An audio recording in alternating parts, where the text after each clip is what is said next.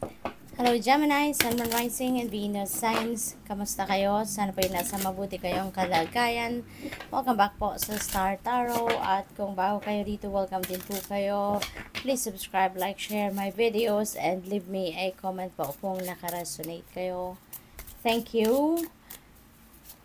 Sa paunang mensahe po ninyo, we have job loss, termination of employment. Ayan, so ang iba sa inyo siguro, no, baka nawala ng trabaho, or baka na-terminate, or pwede rin na natapos na yung kontrata, you know?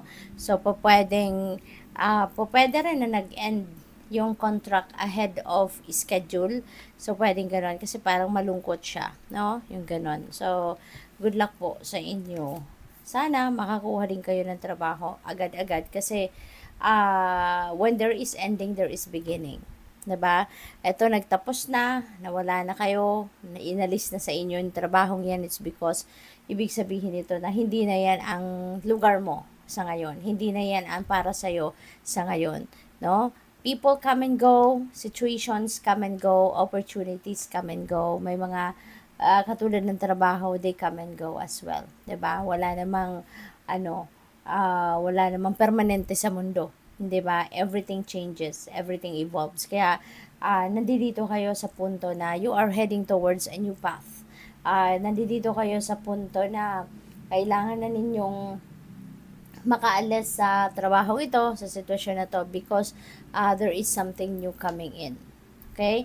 Kasi pwede na yung sitwasyon ninyo, kung hindi kayo aalis dito, kung hindi mawawala ito sa inyo and you won't be free, so wala. Pwedeng yung opportunity, kung ano man ang opportunity na dadating sa inyo na trabaho, pwedeng hindi papasok. Diba? Kasi maybe you are still full.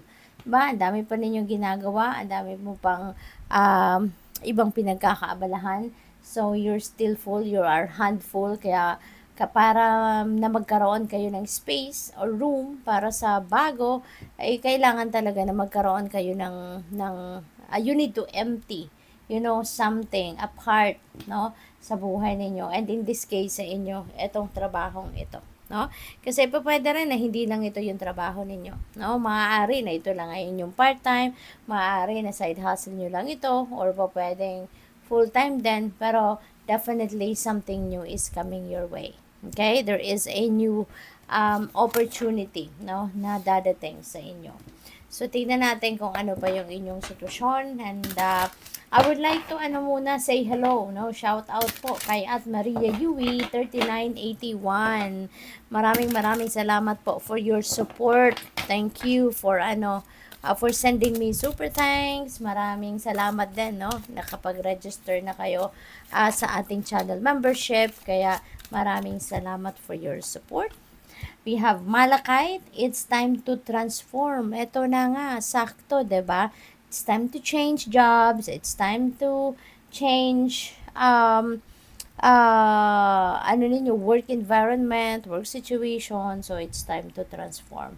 Okay? So, ito na yon, saktong-sakto. 'Di ba? So, in this case, no, yung magta-transform sa inyo is yung trabaho ninyo. Yung source of income ninyo. No? Yung bread and butter ninyo. And for others of you, pwede rin na hindi lang ito trabaho. Baka meron pang ibang part ng buhay ninyo, ibang area na buhay ninyo na magkakaroon din ng changes, no? So, pwedeng ganun din ang ganap. So, good luck po sa inyo. And thank you very much for subscribing. Thank you for being here. Kung hindi pa kayo nakakapag-subscribe, subscribe na po kayo.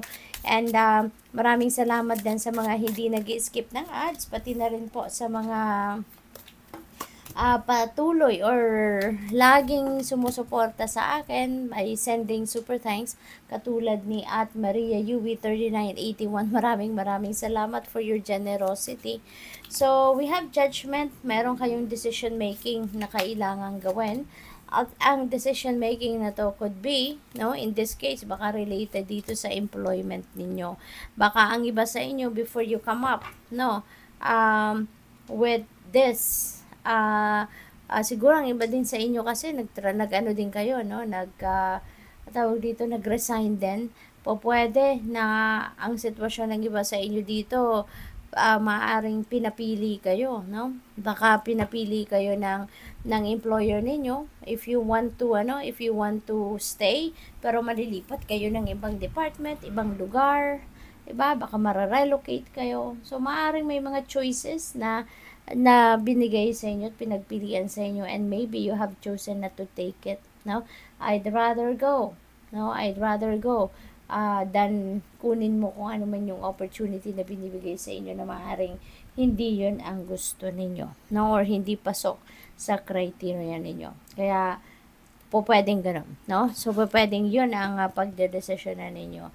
At there is rebirth energy dito, no? So talagang meron transformation, malaking transformation na magaganap sa buhay ninyo. This is a major decision that you are going to make, no? So good luck sa iyo, no? Kung saan mang parte ng buhay ninyo to, good luck po. We have Emperor. Emperor is about stability, you know? So siguro where you are heading, kung ano man yung bagong opportunity na dadating, you know, kasi meron ditong Page of Pentacles, no? So this is opportunity, no, na pwede ninyong pagkaperahan. So pwedeng job offer ito, pwedeng ma-interview na kayo, at pwedeng nag-apply na kayo sa iba, you know, at makukuha agad kayo, ma-hire agad kayo, pwedeng merong job offer agad sa inyo rito. Pwede rin na may career or business opportunity rito na dadating. But definitely, this is good luck, no? Siswertehin kayo pagdating sa kaperahang aspeto. Kaya yung job loss na to could be a blessing in disguise talaga, no? Kailangan talagang alisin ka dito sa sitwasyon na to so that new blessings that are going to give you better life, you know, maaring ito na yon, diba? Kasi si Emperor din, stability din ito eh. So, pwedeng stability yung pagdating din sa inyong money, career, and finances. Who knows, yung opportunity na to na dadating sa inyo, sa ngayon, dito kayo ito yung parang magiging dito kayo magsisimula, no, na mag-establish ng inyong financial empire. Baka ito yung magbibigay ng opportunity sa inyo para kayo ay makapag-establish na, no, ng inyong financial security and stability for the long term, not only for yourself but also for other people, no, na mahal ninyo sa buhay, no, yung parte ng inyong pamilya. So pwedeng ganun ang sitwasyon. For others of you, baka kayo ay makakakuha ng bagong trabaho, at baka kayo ay makukuha ninyo managerial position, ano? So talaga mas bongga yung pwedeng dadating na opportunity sa inyo rito. Mas mataas na high paying job, no? So pwedeng ganon.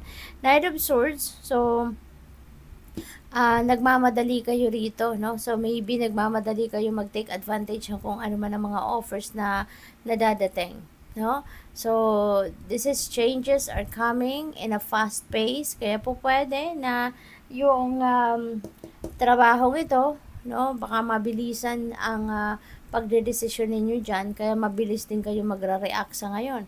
Kasi po pwedeng mabilisan din ang pagdating, no? Parang kakaalis mo lang sa trabaho, tapos agad-agad, no? Baka merong opportunity agad na tatawag sa'yo, hindi ba? Kaya po pwedeng mabilisan din ang transition dito sa mga kaganapan sa buhay ninyo. Kaya good luck sa iyo, and you need to be ready, no, for anything. Kaya kailangan mong magpahinga. You need to relax, you need to chill, you need to recuperate, no, and rejuvenate.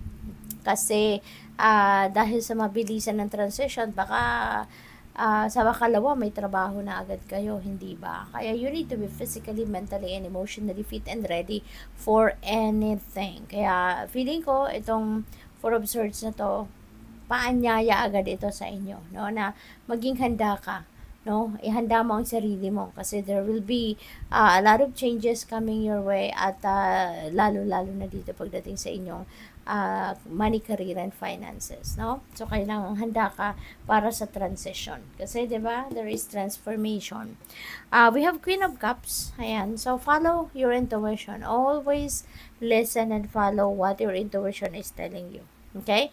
Kasi dito meron kang divine guidance. Ginagabayan ka ng divine universe at hindi ka papabayaan ng universe at gagabayan ka kung ano yung tamang desisyon, kung anong tama mong gawin. So, make sure na you are listening to it. No? You are tuning in to your intuition kasi it will lead you towards the right direction. Okay? So, good luck sa'yo.